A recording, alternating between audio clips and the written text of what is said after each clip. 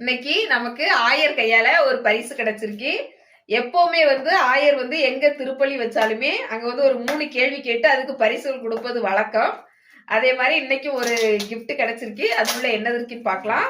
இது என்ன மாசம் நடந்துச்சுன்னா ஜூபிலி இப்போ போயிட்டு இருந்துச்சு இல்லையா, அது இன்னைக்கோட நிறைவு பெறுது. அதோட நிறைவு திருப்பலி நடந்த இடத்துலதான் கேள்வி கேட்டாங்க. மாஸ் நடுவுல.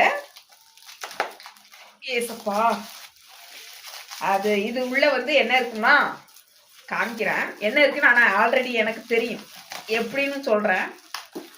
இப்ப இதை காமிச்சிடுறேன் தரேன்.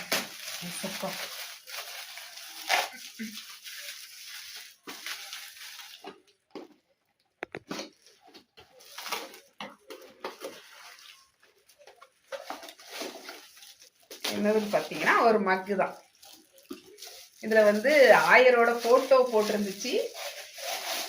இதுக்கு முன்னாடி கொடுத்ததுல நான் இதுல அப்படி போடலையே. இதுல இறை ஆசிரியருடன் ஆயர் லாரன்ஸ் பயஸ் தர்மபுரி மறை மாவட்டம் அப்படின்னு போட்டு கொடுத்துருக்காங்க. இதுல என்ன போட்டிருக்குன்னா பழைய ஏற்பாடுல என்னென்ன நூல்கள் இருக்கு, புதிய ஏற்பாடுல என்னென்ன நூல்கள் இருக்கு, இது பைபிள்ல ஃபுல்லா அப்படின்னு போட்டு கொடுத்துருக்காங்க.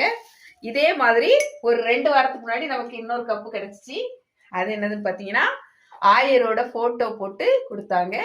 ஆண்டவரே என் ஆயன் அப்படின்ட்டு இறையாசீர் அப்படின்னு போட்டு இறையாசிரியருடன் லாரன்ஸ் பயஸ் தர்மபுரி மறை மாவட்டம் அப்படின்னு போட்டு எங்க ஆயர் இவர் தான், பாத்துக்கோங்க. நல்லா இருக்கான்னு சொல்லுங்க. கப்பு நானும் இதே மாதிரி சேம் கப்பு தான் இதுல இருக்கும்னு நினைச்சேன். ஆனா இதுல ஆயர் போட்டோ குட்டியா போட்டிருக்கு. போட்டு விவிலியத்துல என்னென்ன நூல்கள் இருக்கு அப்படிங்கிறத போட்டிருக்கு. So happy. எப்பவுமே ஆயர் கையால பரிசு கிடைச்சா பெஸ்ட் தானே, அதனால ஹாப்பியா இருக்கு. தேங்க்யூ.